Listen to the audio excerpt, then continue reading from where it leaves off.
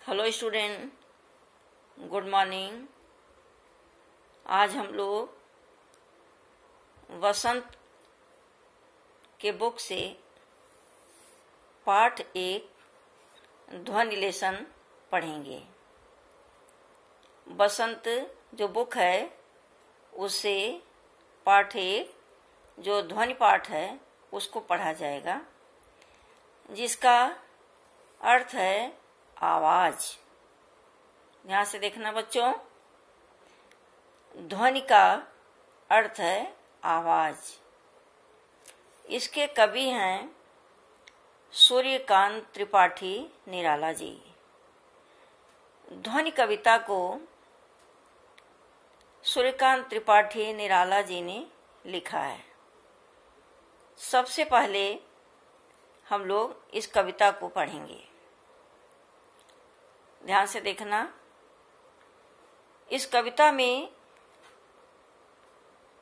कितना सुंदर भाव है कवि का। जब हम हर लाइन पर ध्यान देंगे तब तुम्हें इसका आनंद आएगा। हर लाइन पर ध्यान देना। देखो कवि क्या कहता है। कवि का कहना है, अभी न होगा मेरा अंत। कवि के अंदर की यह आवाज है जिसको उन्होंने कविता के रूप में हमारे सामने प्रस्तुत किया है।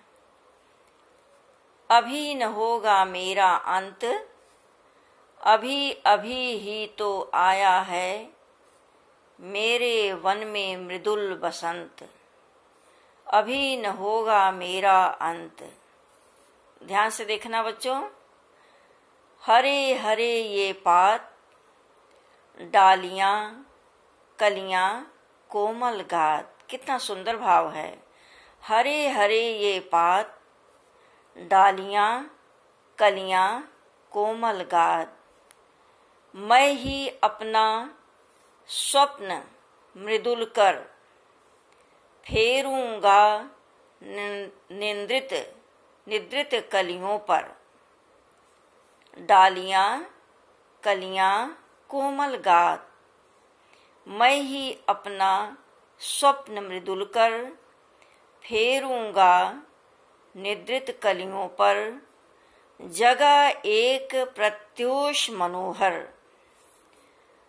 पुष्प पुष्प से तंद्रालस लालसा खींच लूंगा मैं। अपने नवजीवन का अमृत सहर्ष सींच दूंगा मैं। कितना सुंदर भाव है। पुष्प पुष्प से तंद्रालस लालसा खींच लूंगा मैं। अपने नवजीवन का अमृत सहर्ष सींच दूंगा मैं। द्वार दिखा दूंगा फिर उनको, द्वार दिखा दूंगा फिर उनको, हैं मेरे वे जहां अनंत। द्वार दिखा दूंगा फिर उनको, हैं मेरे वे जहां अनंत। अभी न होगा मेरा अंत। कितनी सुंदर कविता, भावपूर्ण कविता सूर्यकांत त्रिपाठी निराला जी ने इस कविता में कितना सुंदर भाव व्यक्त किया है। अपने अंदर की आवाज को कितने सुंदर शब्दों में व्यक्त किया है। अब हम आगे देखेंगे कि इस कविता में उन्होंने क्या दिखाने का प्रयास किया है। देखो बच्चों ध्यान से, कवि ने इस कविता के द्वारा प्रकृति के प्रति मानवीय संवेदनाओं को दर्शाया है। कवि ने इस कविता के द्वारा प्रकृति के प्रति मानवीय संवेदनाओं को दर्शाया है। इस कविता में प्रकृति का मनोहारी चित्रण है, मन को हरने वाला चित्रण है। इसकी भाषा कैसी है? भाषा सरल और भावपूर्ण है। अर्थात कविता की भाषा बहुत सरल, अत्यंत सरल है और यह भावपूर्ण है। इसमें कवि का भाव व्यक्त हो रहा है। तत्सम और तद्भव शब्दों का प्रयोग भी किया गया है। तत्सम शब्द क्या है? जो संस्कृत की तरह है। तद्भव संस्कृत की तरह है लेकिन कुछ अलग हैं, संस्कृत से ही उत्पन्न है। तत्सम और तद्भव शब्दों का भी प्रयोग किया गया है। इस कविता में कवि का आशावादी दृष्टिकोण है। हमने जो अभी कविता पढ़ा उस कविता के द्वारा पता चल रहा है कि कवि अपने जीवन में आशावादी दृष्टिकोण रखता है। ठीक है, आगे हम लोग कवि का परिचय देखेंगे। कवि परिचय में उनका जन्म कब हुआ, उनकी मृत्यु कब हुई, उन्होंने कौन कौन सी रचनाएं की, इसके बारे में देखेंगे। कवि परिचय। देखो, कवि परिचय। निराला जी का जन्म 11 फरवरी 1896 को यानी 1896 को वसंत पंचमी के दिन, जो बहुत ही महत्वपूर्ण पर्व है, बसंत पंचमी के दिन पश्चिम बंगाल में हुआ था। ठीक है, निराला जी का जन्म कब हुआ था?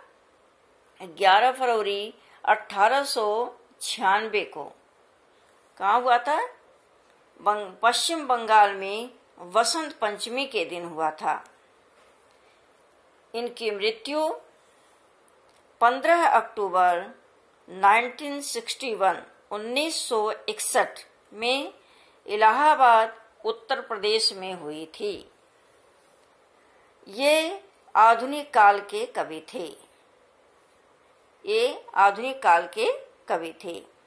इन्होंने गद्य और पद्य दोनों विधाओं में रचना की है। विधाओं माने प्रकार में।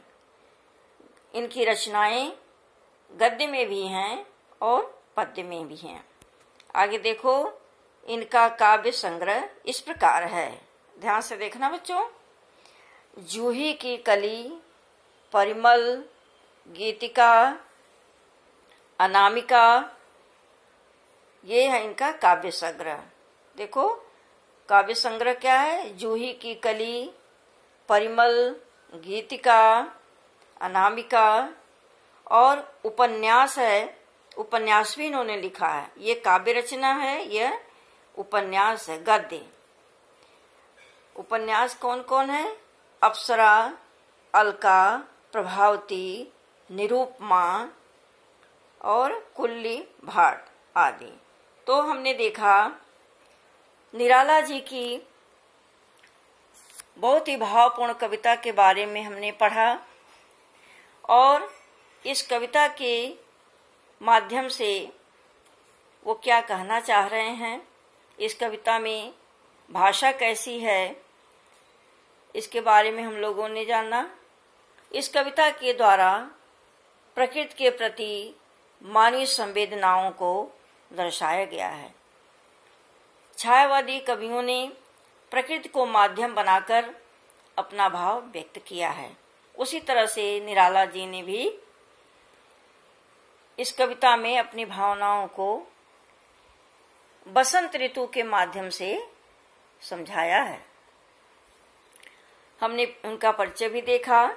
निराला जी का जन्म कब हुआ? 11 फरवरी 1896 को पश्चिम बंगाल में बसंत पंचमी के दिन। उनकी मृत्यु कब हुई?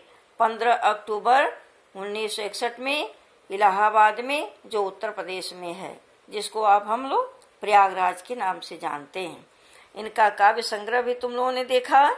जूही की कली, परिमल, गीतिका, अनामिका, उपन्यास। उपन्यास क्या है? अप्सरा, अलका, प्रभावती, निरूपमा, कुल्ली भाट आदि। तो ये तो हुआ तुम्हारा आज का कार्य। हम लोगों ने ये कविता पढ़ा और कवि के बारे में जानकारी लिया। अब बच्चों ध्यान दो, निराला जी को निराला जी क्यों कहते हैं? क्योंकि इनकी कविताएं निराली हैं। अलग प्रकार की हैं, इसलिए इनको निराला कहा गया। इस कविता के माध्यम से निराला जी अपने मन के भावों को बताना चाहते हैं, अपने आलोचकों को समझाना चाहते हैं कि अभी मेरा अंत नहीं होगा, अभी तो मेरे मन में सुंदर विचारों का आगमन हुआ है, मेरा कार्य अभी पूरा नहीं हुआ है। जब तक मैं इस संसार में आलस्य में सोई हुई युवा पीढ़ी के अंदर जोश नहीं भर दूंगा, उनके अंदर उमंग नहीं भरूंगा, तब तक मेरा काम पूरा नहीं होगा। इसलिए मैं अभी इस संसार से नहीं जाऊंगा, अभी मेरा अंत नहीं होगा। कवि का बहुत ही सुंदर भाव है, इस कविता में बहुत ही सुंदर भाव है, जिसको हम लोगों ने देखा और पढ़ा भी। बच्चों, इस कविता को अपनी क्लास वर्क की कॉपी में लिख लेना। समझ में आ रहा है? इस कविता को क्लास वर्क की कॉपी में सुंदर अक्षरों में लिखना, कवि के सुंदर भाव को सुंदर अक्षरों में लिखना और हमें दिखाना। नेक्स्ट डे हम लोग इसका अर्थ समझेंगे, बहुत ही अच्छा लगेगा। Thank you student.